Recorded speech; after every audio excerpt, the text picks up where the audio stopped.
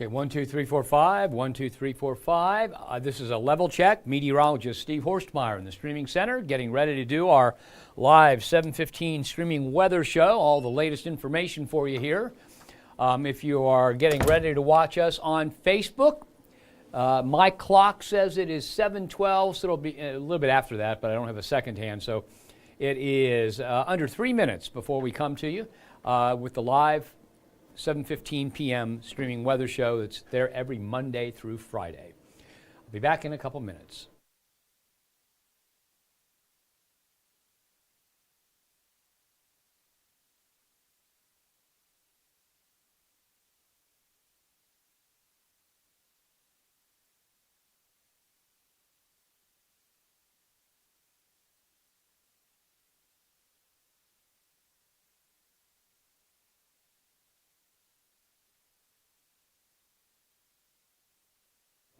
Susan, I already see your comment there. Hello to you. I'm just getting things set up, and I did have an awesome day, that's for sure. So, and I like to say it, and you know, when you're young and your dad says something, you think, oh, geez, how embarrassing that is. And then when you get to my age, you're saying the same things your dad said.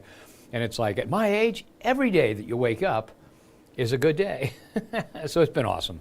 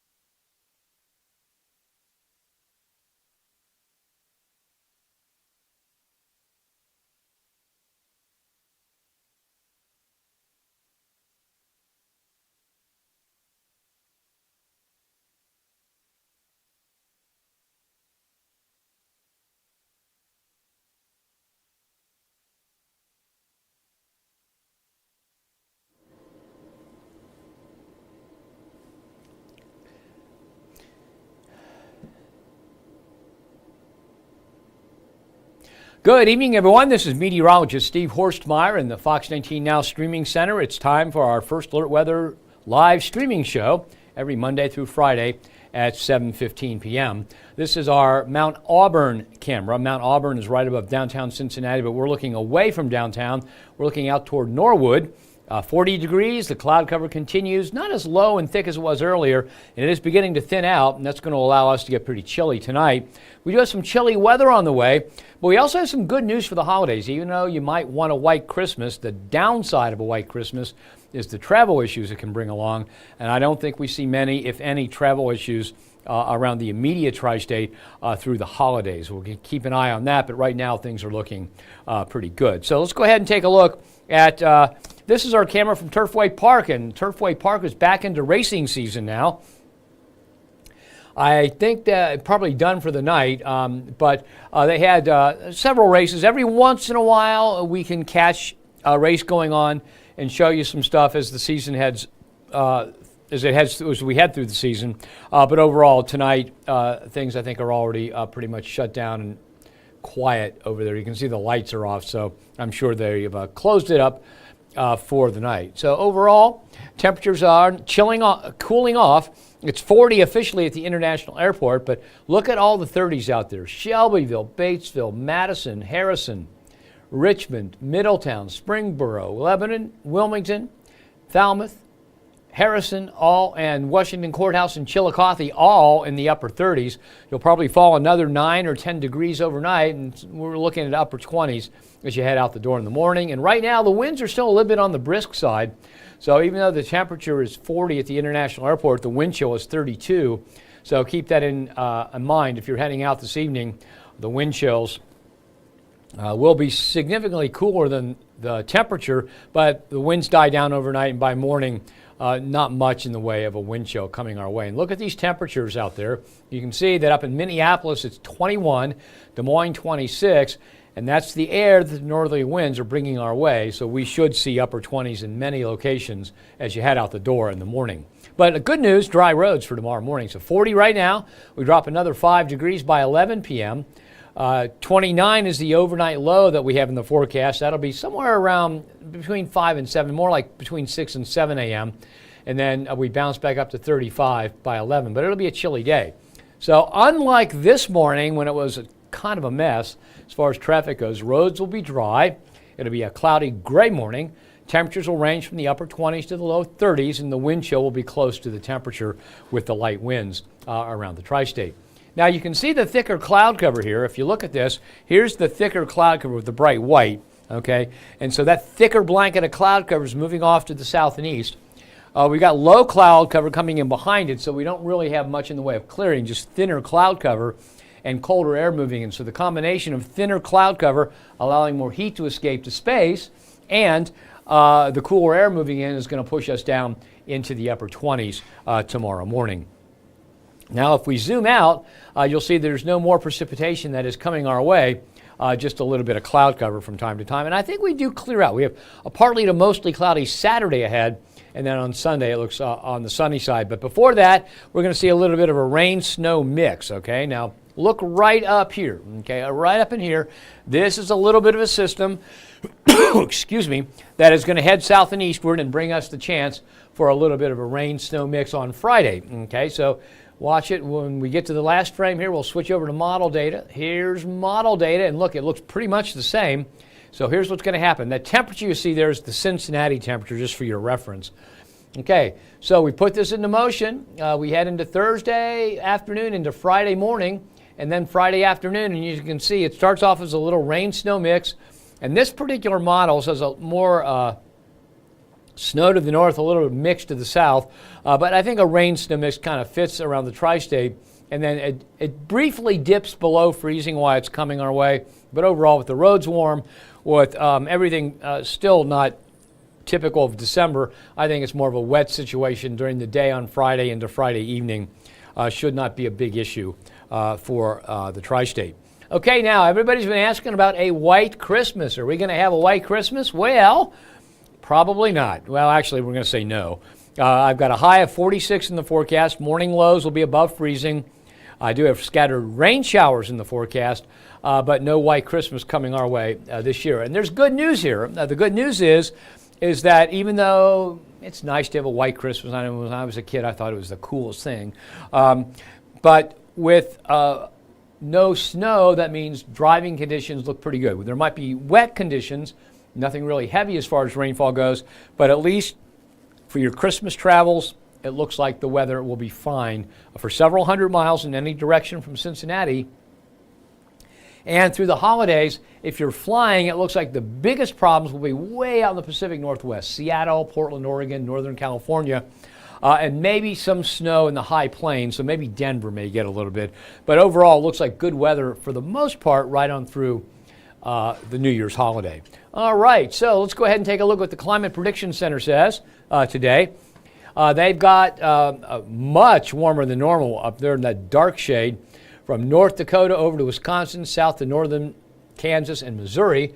We're second to third. I mean, we're pretty warm, much warmer than normal in the 6 to 10 day outlook. That takes us to the 28th. Through the first of the year, we get even warmer than normal, and you'll see that when we go to the graph. We've got warmer than normal weather coming our way. And again, this is the one that'll be updated Friday. It says we stay warmer than normal into the middle of January.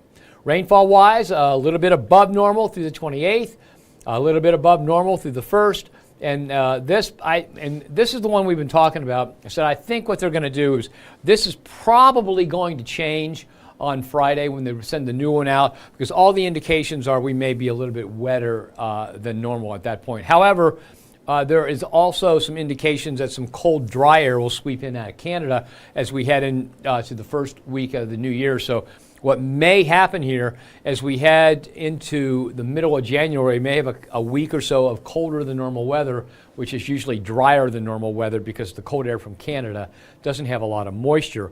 And so this one's still a big question mark. I think we definitely have a cooling trend as we head into the first week. Will it turn into drier and colder weather than normal? That's a possibility as we head to mid-January. But at least through the first of the year, we've got no signs of any big winter-like storms coming into the tri-state. And that's good news for those of you that have to do some traveling. All right, so your 7-day forecast. Whew, my throat is already sore and dry. Tonight's low, 29, 39 during the day tomorrow. That light mix of rain and snow, a low of 32, a high of 37 on Friday. Now that rain-snow mix should fall on ground that's warmer than freezing, so we're not talking about a problem. Saturday, winter begins. Now, I've been saying just after 4 a.m. Now, let me double check that. I've been so busy, I am every day, but I didn't have time to check it before we started the show. So, let's see, winter solstice.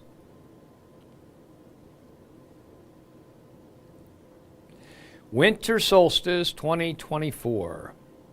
4:21 a.m. So I said a little bit after 4:20, so that's it. So 4:21 a.m. on Saturday morning, winter begins. That's astronomical winter. Of course, we talk about winter in meteorology as meteorological winter, the months of December, January, and February, kind of centered on the coldest part of the year, whereas astronomical winter is more centered, is based on what the stars and that are doing, and it's not so much centered. So December, January, and February, meteorological winter, which works better for meteorologists.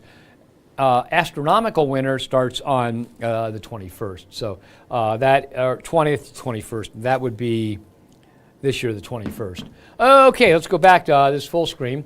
Okay, so then Sunday is Bengals Sunday. All right, and what can we expect on Bengals Sunday? Well, you can tell it looks pretty chilly. So for tailgating, temperatures around 20 as it begins, 27 at kickoff, 31 at halftime. Definitely looks like a cold day to layer up, but there won't be a lot of wind. There'll be a lot of sunshine, and there won't be any precipitation. So it's just cold, not a big deal if you bundle up. And, of course, all that crowd energy is going to keep you warm. Then Monday, clouds increase with a high of 40, 43 with scattered showers on Tuesday, which is Christmas Eve. Wednesday is Christmas Day, a low of 37, a high of 46, and here's kind of a review of that forecast. So for Christmas Day, we're looking at, again, temperatures around 46 for the high, scattered rain showers, and no white Christmas this year. But good news, that is, for travelers. Okay, beyond the 7-day forecast then, looks like this. Now, Thursday's Kwanzaa, that's the 26th. And notice that each of those days we have some shower activity in there. And each of those high temperatures is warmer than normal. Each of those low temperatures is warmer than normal. So we're going to end the year and begin the new year, it looks like, warmer than normal. I don't think that warmer than normal pattern is going to continue very long into the new year, but at least it looks like we're going to avoid any major winter storms through New Year's Eve and New Year's Day. So that is pretty good news. All right, and here's that 14-day temperature forecast. And what we're looking at, there's the highs, there are the lows. We put on the normal line so you can see that we warm up to well above normal after basically the 24th on through the rest of the year into the beginning of the new year. So those are significantly warmer than normal. Look at that. Some of those highs, some of those lows rather, are as warm or warmer than the normal high temperatures. So significantly warmer than normal as we finish up 2024. So your takeaway on this forecast is this. The temperature roller coaster continues, and we're on the upswing as we head into the end of the year. So warming to above normal. Numerous light rain systems are possible. No big winter storms. Nothing that's going to strand you out in Poughkeepsie for days. Travel weather looks good for both Christmas and New Year's right now. Now, of course, those are all subject to change, but right now things are looking about as good as they could look around the tri-state. So, let's see. Let me go over to Facebook here, see what kind of comments, questions, or complaints I have. All right. Susan Wally said, I said hello to you earlier. I was just getting set up and I saw you already commented. Penny J. Schiller. Hello, Penny J. I hope you're doing well. Jeff Beechler. Jeff, I haven't heard from you for a while, but Jeff is a snow lover, and he always wants to hear about snow. So, so far, it doesn't look like we're going to see much, but we do have some on the way. And give me a second here, excuse me.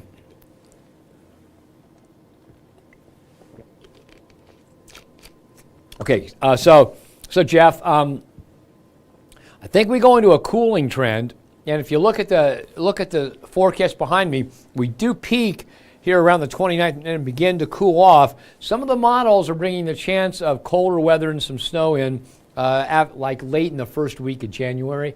So we're just beginning. So Jeff, you got lots of days left to get some snow. Okay, so remember we had, and Susan Wally says, is this all La Nina, hot summer, very warm fall, and now warmer than normal winter? Well, what we really had last winter, we had El Nino, okay? Now that is when the water along the equator in the Pacific Ocean is warmer than normal, and when you look at that area, that's a huge area, and it really impacts the entire global circulation, and so that's the El Nino, the warmer than normal water. The La Nina is what they expected to develop this year, and it's looking more and more like a weak, short La Nina. That's when the water along the equator in the Pacific is colder than normal. That also affects the global circulation, but in a different way. So typically, we had a typical El Nino winter last year, okay? Warmer than normal, 1 or 2 breaks in that when it was cold and kind of nasty, but overall, it turned out to be well warmer than normal when you average the December, January, and February temperatures out. La Nina tends to be more active. It has more, the jet stream is such that the coldest air stays north of us. We get a lot of influx of moisture from the south, and so we typically end up with temperatures around normal, a little bit above, a little bit below, but more than normal precipitation, and it's starting to look like that. So, but a La Nina winter is also not very cold very long. In other words, you don't get like a 2-week stretch where it's bitter cold during a La Nina winter. Typically, when we get the worst winter weather is in between. Okay, in other words, if you're not La Nina, or if you're neutral, not a El Nino, not a La Nina, if you're what would they call a neutral.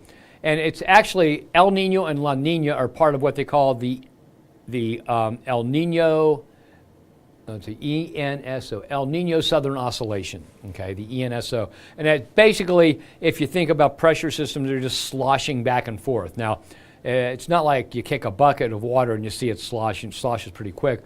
This sometimes takes years to slosh because it's over such a big scale. And so as the water temperatures change, it adjusts the atmosphere, and you get different typical patterns. Last year was typical El Nino. This year, they were going hog wild, like, oh, the La Nina is going to set up in October, be strong and long and last into March. Well, it didn't happen in October, it didn't happen in November, and it's finally beginning to look a little bit like La Nina. And I'll tell you what, let me put a map up behind me here, and I can show you what that means. And actually, the system right now that's coming our way for Friday is typical of what we see with a La Nina winter. Okay, so I'll load this. Now I got to check and make sure, because I can't see behind me without. Okay, here we go. So remember, I just showed you this animation. Here's the system coming out of the Gulf of Mexico, crossing the Rocky Mountains.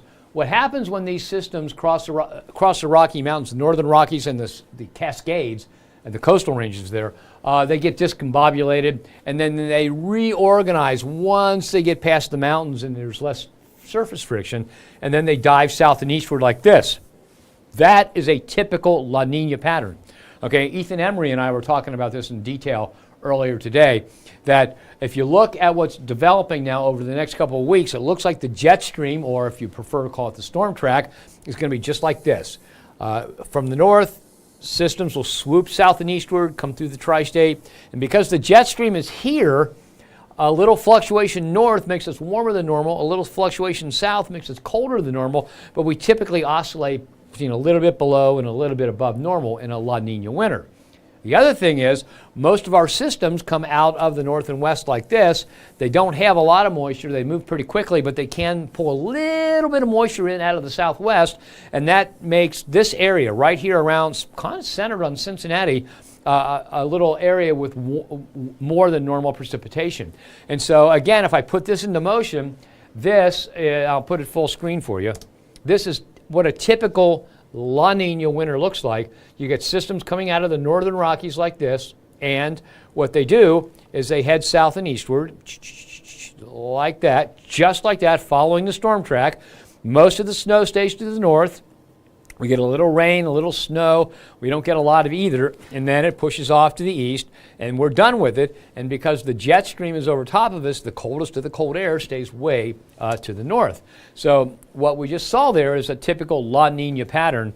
And so, La Nina typically does not bring us very cold weather or extended periods of icy cold weather. Neither does El Nino. It's the neutral years. Okay, so a cold water year is La Nina, a warm water year is El Nino, neutral is in between, and that's typically when we get the worst of the weather. So good question, Susan.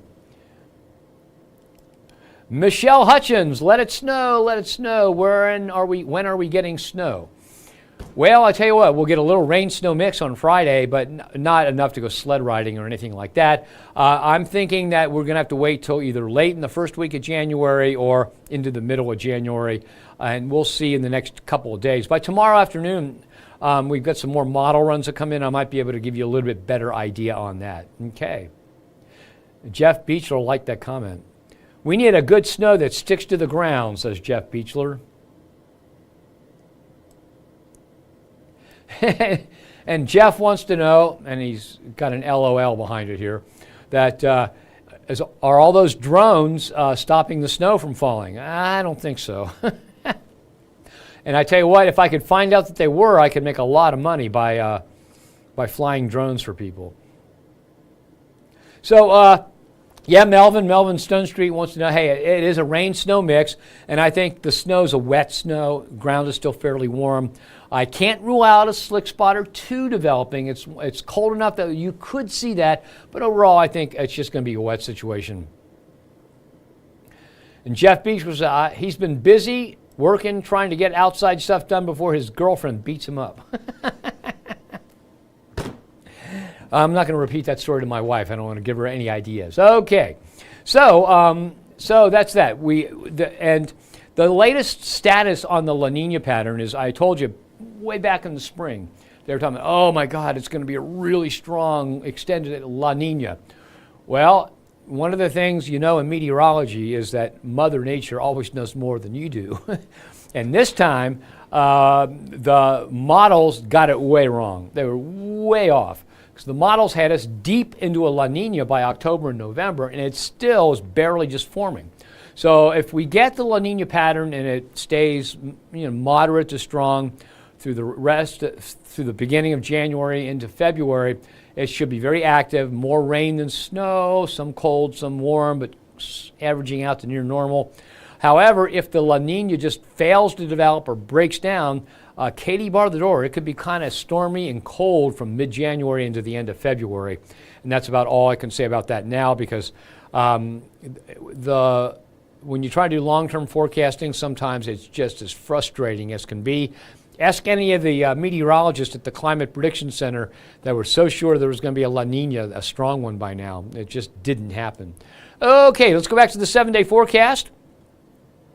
We'll go over the 7-day, beyond the 7-day, and then I'll check for some more comments, and then we'll shut her on down for the night.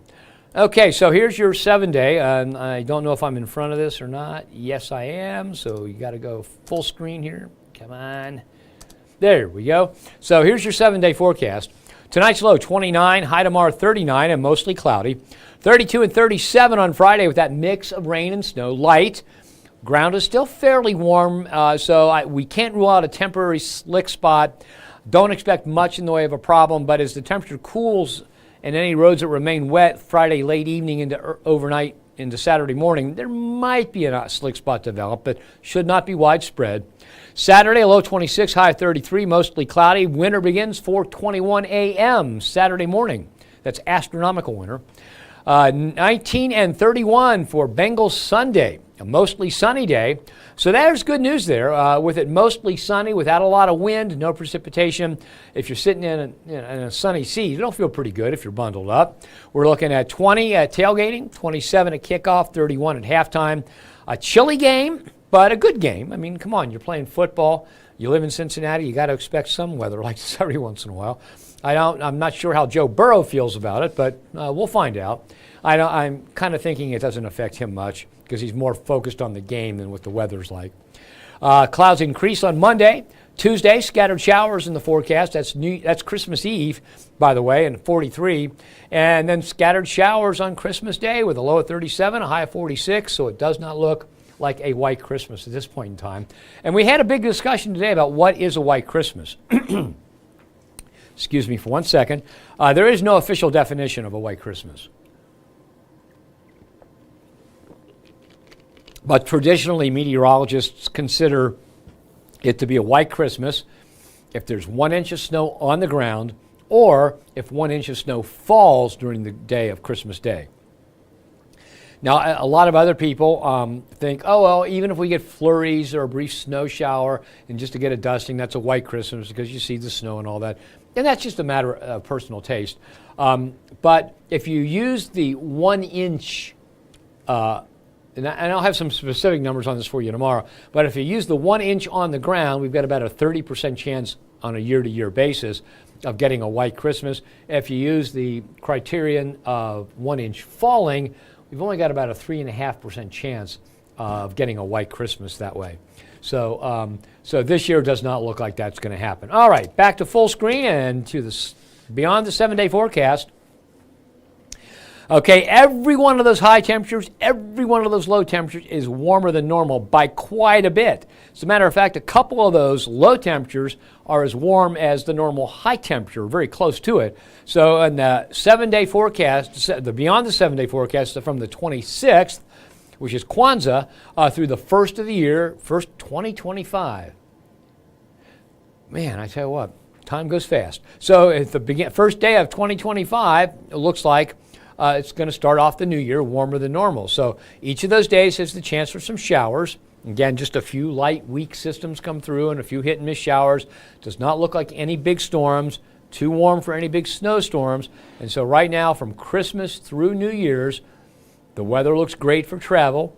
And I guess I'd have to mention that the exception to that may be the Pacific Northwest. And I tell you what, as soon as we get done with this forecast, I'll go back to the models and we'll see what it looks like on those long-term models and where there may be some travel issues. But I think maybe the high plains, maybe Denver into Kansas and Nebraska, some problems through the holidays. Pacific Northwest, some problems. But for the most part, just rainy systems, and travel should be fine for this time of year. And I don't expect any really big problems. Okay, so here we go with the 7-day plus. High temperatures, low temperatures. They're way warmer than normal on both the high and the low side. And that means that we end up this year on a warm note. And the takeaway, that roller coaster of temperatures continues with warming to well above normal for the end of the year. Numerous light rain systems could bring us some scattered showers, but when I say numerous light rain systems, that means no big snow systems. And then travel weather looks good for both Christmas and New Year's at this point. Okay, I promised you, let me take a look at that. I forgot all about that. Take a look at the model we looked at before. All right, and we'll see where there may be some travel problems. And again, it doesn't look like any travel problems around here. I've got to change a couple things on this scene file, though. All right, I've got to make it go out longer. Go out 10 days. Not 410, 10 days. Okay, and I need to make sure the camera doesn't change. See, it would pop in like that if I... Okay, now I'll put it full screen for you. and we can take a look at this. Now, this is the same thing we looked at before. Instead of extending it 4 days, I just extended it 10. And so what we'll do here, and you can see there's the system that brings the rain snow mix on Friday. Okay, and notice temperatures briefly drop below freezing, but the ground is still pretty warm, so it still looks like a wet situation, but we can't rule out an icy patch developing, but it won't be widespread. Okay, and then notice there's nothing really big going on, so we're into the, you know what, I thought I got rid of that. Okay, give me a second. I missed one. Okay, so there's the rain snow system on Friday. Okay, now we're into the 24th. Okay, so notice this is Christmas Eve. Nothing going on, but a few showers around the tri-state there on Christmas Day. Another system coming out of the southwest as we head to the 27th, and then look at all the activity over here in the Pacific Northwest. We'll look at that in more detail in just a minute. And so more rain as we head to the 28th, and then it looks like another rainy system. The one right down here will head our way as we head into New Year's. So each of these little systems can bring us a little bit of rainfall, but really nothing big. Look at the temperature. This is the 28th on Saturday. It says 61 degrees in Cincinnati. So it tells you two things. One, that's way too warm for snow. Second thing it tells you is the ground is staying warm. So it's going to be hard to get a snowfall that sticks to the roads and that unless we get really cold. And it doesn't look like we're going to get really cold until after the first of the year. Okay, so if we go, let me modify this a little bit. Let's go to the Pacific Northwest. Let's see. I'm going to turn off that temperature because that's Cincinnati's temperature, so that doesn't fool us. And I'm going to, where am I? Okay. I've got to go to the camera layer and tell it not to move.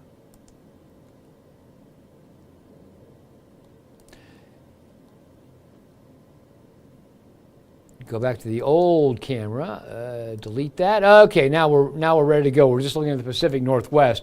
So this is the only place I think there'll be a lot of travel problems for the holidays. Okay, you can see the system off in the Pacific Ocean there coming in. This is another one of those atmospheric rivers heading on into the northwest. It kind of dies out as it moves in, but plenty of snow there up around Mount Baker and Mount Rainier. Second system comes in. We're in the 20th now. Here's the 21st. A third system comes in. So each of those will bring mountain snow and low-level rain. So there might even be some flooding. Here comes an even more powerful one for the 22nd. So that would lead to airline delays from San Francisco all the way up into Seattle and British Columbia, Canada. Okay, here comes a fourth system, even more heavy rain. Look at that yellow there north of San Francisco up into southern Oregon. That is for Christmas Eve. Look at the snow in the mountains. So for people that may want to drive across the country, head into Seattle, you're going to run into some big snows in the mountains as you head toward the west. And so, that particular system on Christmas Eve extends all the way down to San Diego, so that may delay flights and that going into LA and San Diego. Here comes a sixth system. This is really big and strong. Look at all the snow and rain with that. That is the day after Christmas. And then as you head on into, here comes a seventh system. This is just like unbelievable. That's for the 27th. And there are more systems lined out to the west. So the 28th is another one.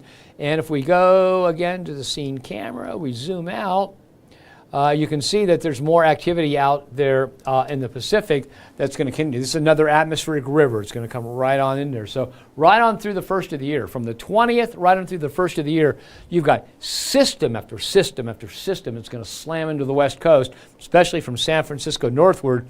That should bring some really heavy snow to the mountains.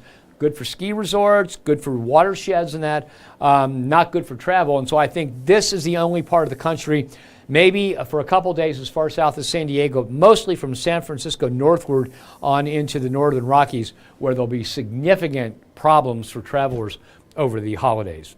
Okay, let me see if there's any more comments or questions up here on